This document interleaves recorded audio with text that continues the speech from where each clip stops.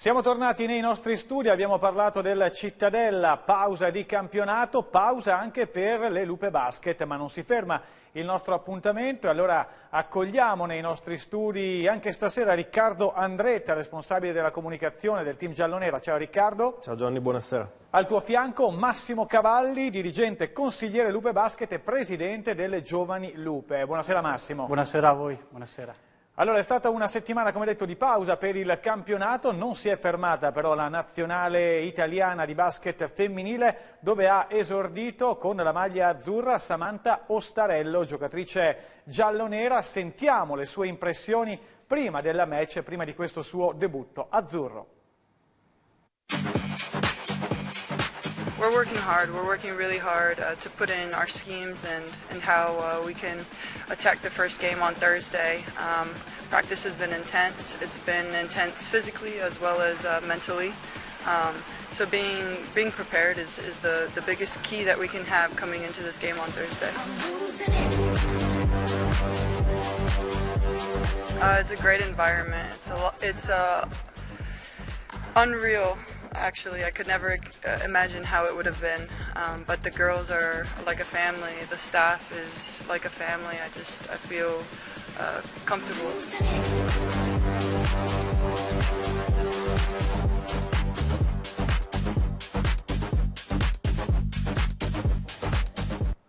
Intervista realizzata dalla Federazione Italiana Pallacanestro, che ringraziamo per questo contributo. Riccardo, allora è andata anche bene la partita perché l'Italia ha vinto 82-72 contro la Danimarca. Che partita ha fatto Samantha? Com'è stato il suo esordio? È stato un esordio positivo per lei, è stata sicuramente una partita positiva per l'Italia, che aveva già giocato giovedì a Cagliari contro la Repubblica Ceca. In quel caso era arrivata una sconfitta, invece appunto in Danimarca è arrivata la prima vittoria. Samantha non c'era giovedì perché comunque il commissario tecnico può portare in panchina solo una giocatrice naturalizzata per volta. Nel roster c'è anche Nicole Romeo, italo-australiana di Ragusa, per cui ha giocato Romeo giovedì. Samantha ha esordito ieri, al di là dei 2 punti realizzati è stata comunque un'ottima prestazione per lei, ci ha messo tanta difesa, rimbalzi, stoppate, assist.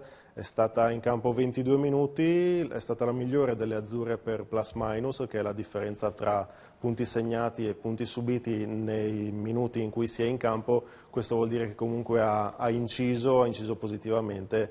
È stata sicuramente una bella soddisfazione per lei, che ci teneva tanto a fare questo esordio, era emozionata, ci auguriamo che sia il primo di una lunga serie. Ha detto insomma di sentirsi già in famiglia in nazionale. Io vado da Massimo, allora particolarmente attento anche alle giovani, le giovani Lupe appunto. Questa convocazione di Samantha Ostarello sottolinea ancora una volta come sia a livello senior ma anche a livello giovanile il rapporto tra nazionale e Lupe sia molto solido, un rapporto che avete costruito negli anni, immagino. Beh sì, veramente ormai insomma, noi siamo affezionati al rapporto Mondo Lupe con la nazionale maggiore. Samantha non è la prima ad essere stata convocata, precedentemente ci sono state altre nostre giocatrici, ricordo Kiss, ricordo tante altre giocatrici, Fassina nel giovanile, per cui insomma Filippi anche nel nazionale 3 contro 3, per cui insomma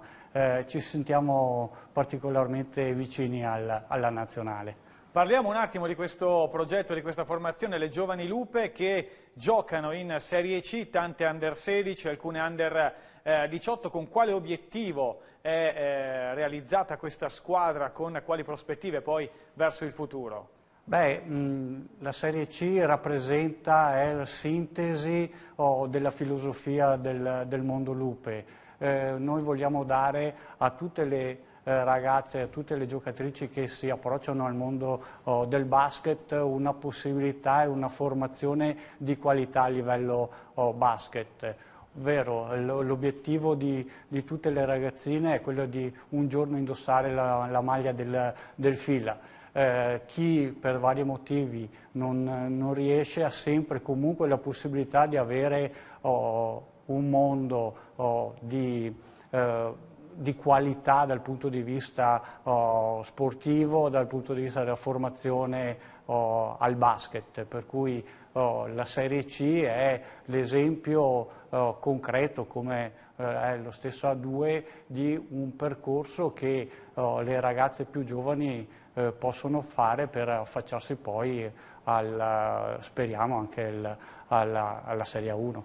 Ecco, hai accennato alla Serie A2, allora torno da Riccardo perché è arrivata la terza vittoria in questo campionato, una bella vittoria, non facile, contro Mantova, battuto 74-68. Questo Fanola sta facendo divertire ed emozionare. Sì, assolutamente, è un Fanola che finora sta interpretando al meglio tutti gli scontri diretti e credo che un cammino da 3 vittorie nelle prime 7 partite sia assolutamente eccellente per una squadra così giovane. Che in parte anche inatteso, perché avevamo sentito anche il tecnico del Fanola, insomma, parlava di un campionato in trincea, molto difficile, sempre ogni partita nella quale bisognava battagliare, invece già 3 vittorie. Sì, diciamo che il Fanola è la squadra più giovane del girone, ha un'età media inferiore ai 19 anni, per cui ci si aspettava una stagione difficile, non è sicuramente facile, però le ragazze stanno dando buone risposte. Anche contro Mantova è stato così, è stata una partita in realtà un po' dai due volti, perché San Martino è partita fortissimo, era 23-7 dopo appena 8 minuti, e nel secondo tempo Mantova è rientrata grazie soprattutto a una giocatrice, la guardia ospite Giulia Monica, che giocatrice da 8-9 punti di media in campionato, ha indovinato la partita della vita perché ne ha messi 35 con 8 bombe, nel finale più volte ha ripreso per i capelli il Fanola che tentava di scappare. Peraltro Monica Tonello mi sembra che su Instagram l'abbia definita illegale, esatto. Come percentuali, come numeri. Ha fatto veramente partita straordinaria, nel finale Mantova ha avuto anche il tiro del possibile pareggio che per fortuna del Fanola non è entrato, è arrivata questa vittoria. Coach Valentini sicuramente ha ottenuto anche da questa partita ottime indicazioni, ci sono state tante giocatrici che comunque hanno reso al di sopra di quella che è la loro media, e quando c'è una squadra in cui ci sono tante soluzioni offensive, un gruppo così eterogeneo che può far bene, sono sempre ottime notizie per qualunque allenatore.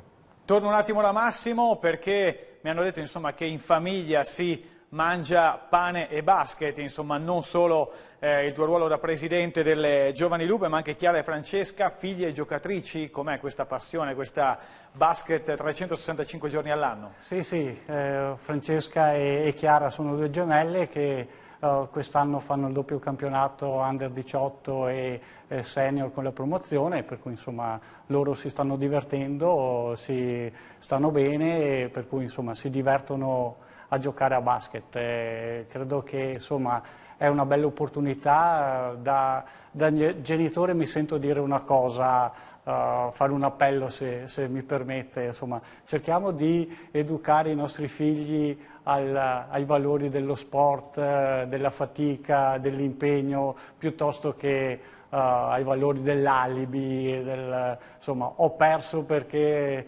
l'arbitro ha fischiato male o perché l'allenatore non mi fa giocare. Cerchiamo di migliorare come atleti, insomma, magari andando anche noi genitori qualche volta in campetto, a provare proprio, non solo. Sì, esatto, se il nostro tribuna. figlio magari non palleggia bene con il sinistro, andiamo anche noi in campetto al sabato a giocare con lui, e magari insomma poi la volta successiva uscirà dallo spogliatoio indipendentemente dal risultato felice, perché ti dirà: guarda papà, hai visto, adesso riesco a palleggiare meglio di sinistro. Per cui insomma è un valore valori che ci aiutano a crescere i nostri figli felici. Felicità sarà sicuramente quella che vedranno domenica, Riccardo, se non vado errato, alle 18, ritornano le Lupe di A1 al Pala San Martino contro la Virtus Bologna. Brevemente, flash, che partita sarà? Sarà una partita sicuramente non semplice. Bologna, dopo il precampionato un po' zoppicante, ricordiamo tutti la clamorosa sconfitta con Schio con 70 punti di scarto, ha dimostrato di essere sicuramente un'altra squadra pronta ad affrontare questo campionato di A1, ha già rotto il ghiaccio e ha reso comunque dura la vita a tutte le avversarie. partita da affrontare con la massima attenzione. Tra l'altro il ritorno al Palalupe dopo quasi un mese, perché prima della sosta c'erano state 2 trasferte consecutive, per cui anche i tifosi hanno sicuramente voglia di rivedere le ragazze. Sarà una partita calda anche dal punto di vista ambientale sicuramente. E noi chiaramente ci saremo, vi ringraziamo e vi salutiamo con le immagini di Samantha Ostarello. Non andate via però, perché c'è un ultimo momento da vivere qui insieme in diretta con noi.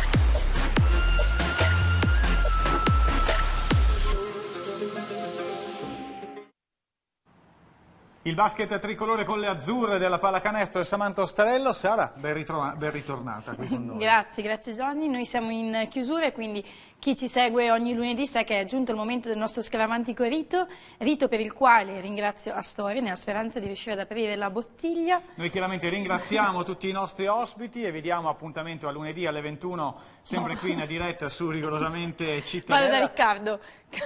Vai Riccardo. Perfetto, vediamo. Così porta fortuna anche alle Lupe Basket. Eccoci, bene, e su questo, eccoci qui, noi vi salutiamo, vi diamo appuntamento a lunedì. Vai Sara. Ce la facciamo veloce, altrimenti la scaramanzia qui cade. È tutto, buon proseguimento di serata con i programmi di Telechiara, alla prossima.